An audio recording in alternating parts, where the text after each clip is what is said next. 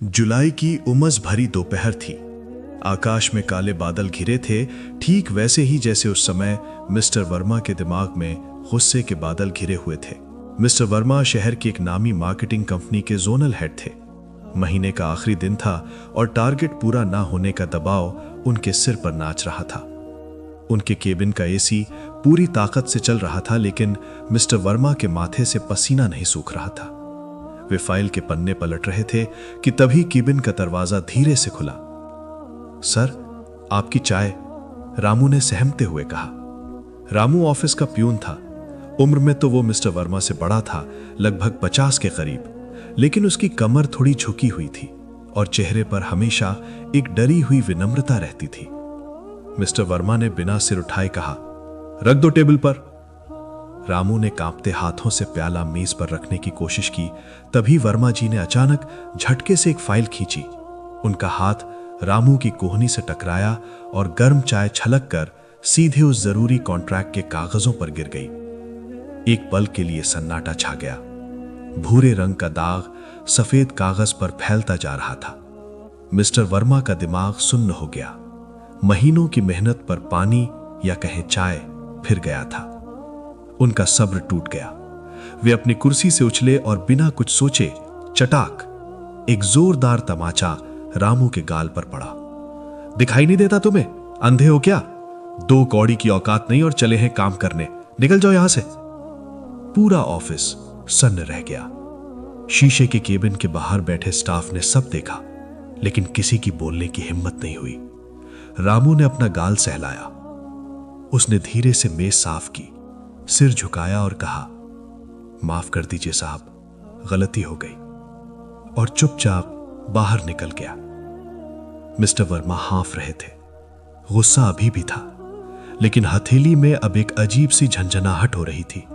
वही हाथ जिसने अभी एक बुजुर्ग आदमी को मारा था। घंटा बीत गया। ऑफिस में काम तो चल रहा था, लेकिन वो हंसी मजाक गायब था जो रोज होता था। माहौल भारी था। मिस्टर वर्मा ने फाइल तो दोबारा प्रिंट करवा ली, लेकिन उनका मन किसी काम में नहीं लग रहा था। वो थप्पड़ की गूंज उनके कानों में बार बार बज रही थी। दोपहर के 2 बजे लंच का समय था। मिस्टर वर्मा का टिफिन घर से आया था, लेकिन भूख मर चुकी थी। बेचैनी में वे ऑफिस से बाहर कॉरिडोर में टहलने निकले। सीढ़ियों के पास एक कोने में उन्हें रामू दिखाई दिया। रामू जमीन पर अखबार बिछाकर बैठा था। उसका टिफिन खुला था। उसमें 2 सूखी रोटियां और थोड़ी सी अचार की फांक थी। वो निवाला तोड़ रहा था, लेकिन खा नहीं पा रहा था।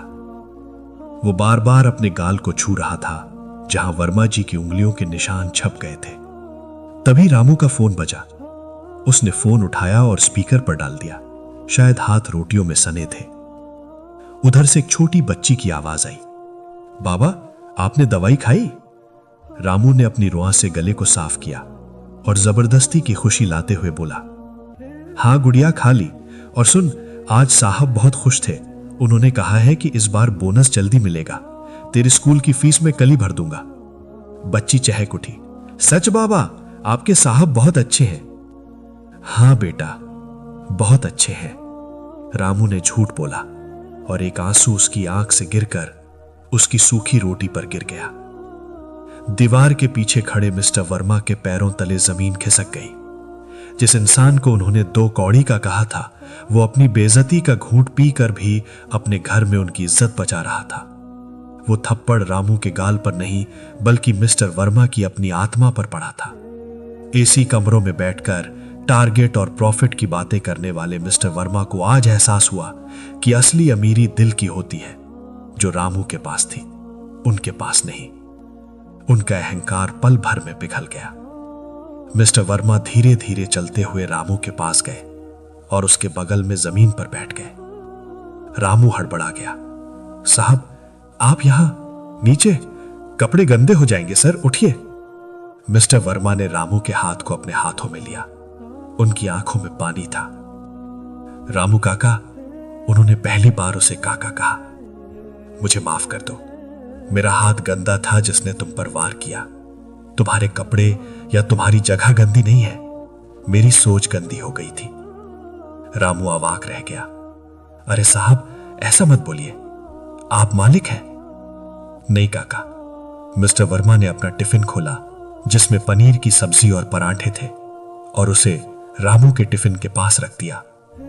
मालिक वो होता है जो अपने लोगों का ख्याल रखे, न कि उन पर हाथ उठाए। आज जो हुआ उसके लिए मैं शर्मिंदा हूं। क्या आप मेरे साथ खाना बांटकर खाएंगे?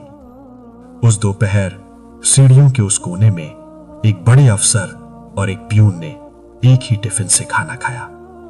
उस दिन मिस्टर वर्मा ने कोई बिजनेस टारगेट तो पूरा नहीं किया, लेकिन एक इंसान होने का सबसे जरूरी सबक जरूर सीख लिया था। पद, पैसा और प्रतिष्ठा आपको बड़ा नहीं बनाते। किसी के साथ आपका व्यवहार और आपकी विनम्रता ही आपकी असली पहचान है। गुस्सा वो माचिस की तीली है जो दूसरों को जलाने से पहले खुद को जलाती है, जबकि क्षमा और प्रेम वो मरहम है जो गहरे से गहरे घाव भी भर देता है।